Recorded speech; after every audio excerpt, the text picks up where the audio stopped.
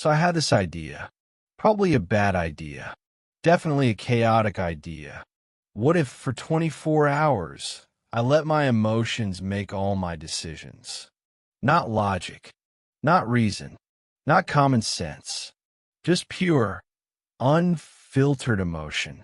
Every hour, a different emotion gets to be in charge. They choose what I eat, what I do, what I say, where I go. Everything. And I have to do whatever they decide. No questions asked. I set up the rules. 6 main emotions rotating every few hours. Anxiety, happiness, anger, sadness, fear, and disgust. What could possibly go wrong? Everything. Everything went wrong. But also, some things went unexpectedly, right? This is the story of the most emotionally chaotic 24 hours of my life. I wake up at 8 a.m. and immediately check my phone to see which emotion is in charge first. Anxiety. Of course it's anxiety. The universe has a sense of humor. Anxiety looks at my morning and immediately panics. Okay, we need to make a list. We need to prepare for everything. What if something goes wrong today? What if we forgot something? What if? I'm like, it's 8 a.m. Can we just? No time for just. We need to prepare. So anxiety makes me spend 45 minutes making lists. Lists of things I need to do. Lists of things that could go wrong. Lists of backup plans for those backup plans. I have a list for my lists. Then anxiety decides I need to check everything. Did I lock the door last night? Better check. Is the stove off? Better check. Did I respond to that email from 3 days ago? Better check. I checked the door 4 times. The stove 6 times. I read the same email 17 times trying to figure out if my tone was too casual or too formal or too something. Anxiety makes me lay out 3 different outfit options because what if the first one doesn't feel right? By 9 a.m., I'm exhausted and I haven't even left the house. But anxiety is thriving. See, we're so prepared now. Nothing can go wrong. Everything feels wrong, but sure, we're prepared. At 10 a.m., happiness bursts on a scene like a golden retriever who just discovered a tennis ball. Oh my God, hi. Isn't today amazing? Let's do something fun. The anxiety lists? Thrown away. The careful planning? Gone. Happiness doesn't care about preparation. Happiness cares about JOY. Happiness makes me blast music in the car. Loud music. Windows down. Singing at the top of my lungs. People are staring. Happiness doesn't care. They're just jealous of our vibes. Happiness decides we need to go to the park. Not because there's a reason, just because parks are happy. So I'm at the park at 10:30 a.m. on a weekday, just swinging on the swings. Like a kid. Fully grown adult on a swing, grinning like an idiot. Happiness makes me compliment a stranger's dog. Makes me buy an ice cream, even though it's barely lunchtime. Makes me text my friends, I love you guys, out of nowhere. My friends are confused. Are you okay? Happiness replies, I'm better than okay. I'm happy. And honestly, for those 2 hours, I am happy. Genuinely, stupidly happy. Everything feels light. Everything feels possible. I'm not worried about anything. I'm just here, present, enjoying the moment. But then noon hits and anger shows up like a storm cloud. All right, what are we mad about? Because I know there's something. I'm not really. Oh, we're mad. Trust me. Let me remind you. And suddenly, anger is pulling up everything. Every minor inconvenience. Every person who was rude to me last week. The thing my coworker said 3 months ago that I let slide. That driver who cut me off yesterday. Anger makes a list too. But this list is a hit list of grievances. You know what? We're going to deal with some of this. Right now, anger makes me send a message I've been holding back. Nothing mean, but direct. Hey, that thing you said last week, not cool. We need to talk about it. Sent. Anger feels good about this. See? We're standing up for ourselves. This is healthy. Then anger decides I need to clean. Aggressively clean.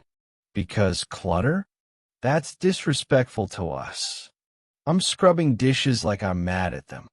Organizing my closet like it personally wronged me. Throwing away stuff I've been meaning to deal with.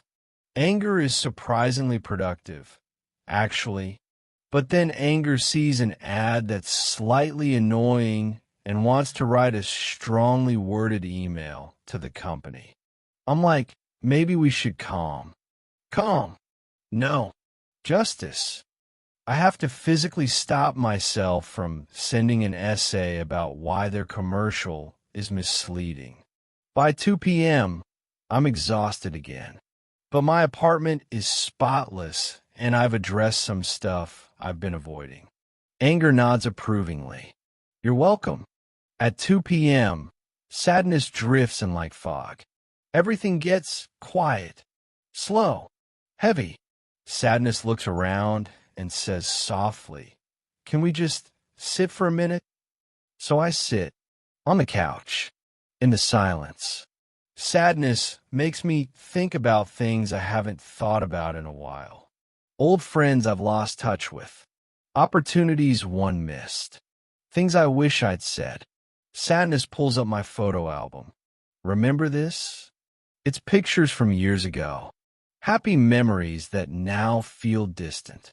And I just sit there, looking at them, feeling that bittersweet ache. Sadness doesn't want to do anything productive. Sadness doesn't want to problem solve. Sadness just wants to feel. So I let myself feel it. The loss, the nostalgia, the weight of time passing. Sadness makes me put on a sad song, and then another one. And suddenly I've created a whole sad playlist, and I'm just sitting there, letting it wash over me. I'm not crying, but I'm close. Sadness whispers, it's okay to miss things. It's okay to feel this. And you know what? It kind of is. I text an old friend. Just, hey, been thinking about you. Hope you're doing well. They text back immediately. Oh my God. I was just thinking about you too. Sadness smiles softly. See? Some things aren't gone. They're just quiet. By 4 p.m., I feel lighter. Not happy, but peaceful. Like I released something I've been holding. 4 p.m., fear takes charge. And then fear shows up and ruins everything. Okay, what are we scared of? Because I've got a list. I'm like, I was feeling peaceful. Peaceful? How can you be peaceful? Do you know how many things could go wrong? Fear makes me check my bank account. Big mistake. Fear makes me Google symptoms of that weird feeling I had last week. Bigger mistake. It says here it could be, stop. We're not doing this. But fear is already spiraling. What if I'm not good enough at my job? What if people don't actually like me? What if I'm wasting my life? What if? Fear decides we need to stay inside. It's safer inside. Fear makes me double-check the locks. Again, even though I checked them this morning. Fear wants to cancel plans for tomorrow, just in case something comes up. I'm texting my friend, hey, about tomorrow. And then I stop myself. Because I realize fear has been making a lot of my decisions lately. Not just today. Always. How many times have I said no to things because fear convinced me it was safer? How many opportunities have I missed because fear said, what if it goes wrong? And suddenly, I'm not just observing fear. I'm confronting it. I delete the text. I don't cancel plans. Fear is not happy about this. You're going to regret this. Maybe, but I'll regret letting you control me more. By 6 p.m., fear is sulking in a corner, but I feel stronger. At 6 p.m., disgust shows up with opinions. Okay, first of all, what are we wearing? This is unacceptable. I look down at my comfortable clothes. What's wrong with everything? Change. Now, disgust makes me put on something better, something I actually like. Then disgust looks at my dinner options. Absolutely not. We're not eating that sad sandwich. We deserve better. Disgust makes me actually cook something. With effort. With seasoning. If we're going to eat, we're going to eat well. And honestly, the meal is great. Because disgust has standards. Disgust looks at my living space. This is acceptable. Anger did good work. Then disgust scrolls through my phone. Why do we follow this person? They only post negative stuff. Unfollow. Disgust is cleaning up my digital life. Unfollowing accounts that don't spark joy. Deleting old messages. Organizing. We're curating our environment. We're protecting our energy. Disgust is basically Marie Kondo ing my entire life. And you know what? It feels good. It feels like self-respect. By 8 p.m., disgust has elevated everything. You're welcome. I expect this standard to continue. Happiness returns at 8 p.m. Okay, what did I miss? Did everyone play nice? I catch happiness up on the chaos of the day.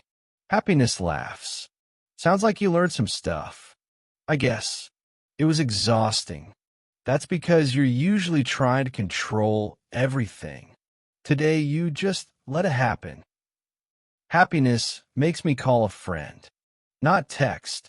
Actually call. We talk for an hour. We laugh. We catch up. It's really nice. Happiness makes me dance around my apartment for no reason. Happiness makes me appreciate the day. All of it. Even the hard parts. See? Every emotion had something to teach you. At 10 p.m., anxiety comes back for the final shift.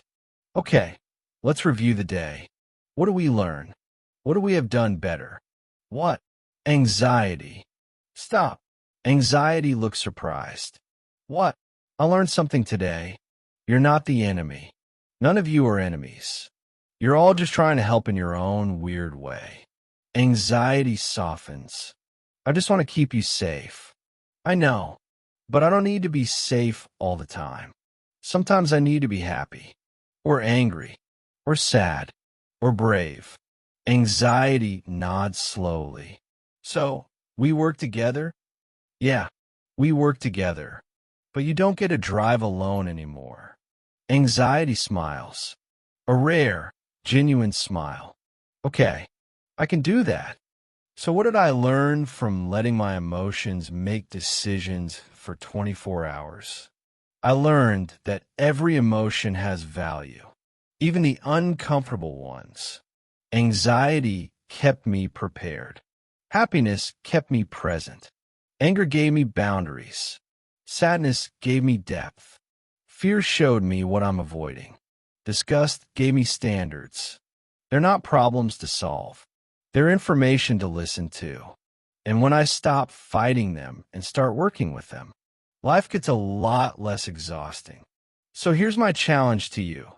What would your emotions choose if you let them lead for a day? What would anger want to say? What would happiness want to do? What would sadness want to feel? Try it. Maybe not for 24 hours. Maybe just for an hour. Let one emotion fully express itself. You might be surprised what you learn. Thanks for coming on this chaotic journey with me. HeartSnack fam, drop a comment and tell me, which emotion do you think would cause the most chaos if it was in charge? See you in the next one. Stay snacky.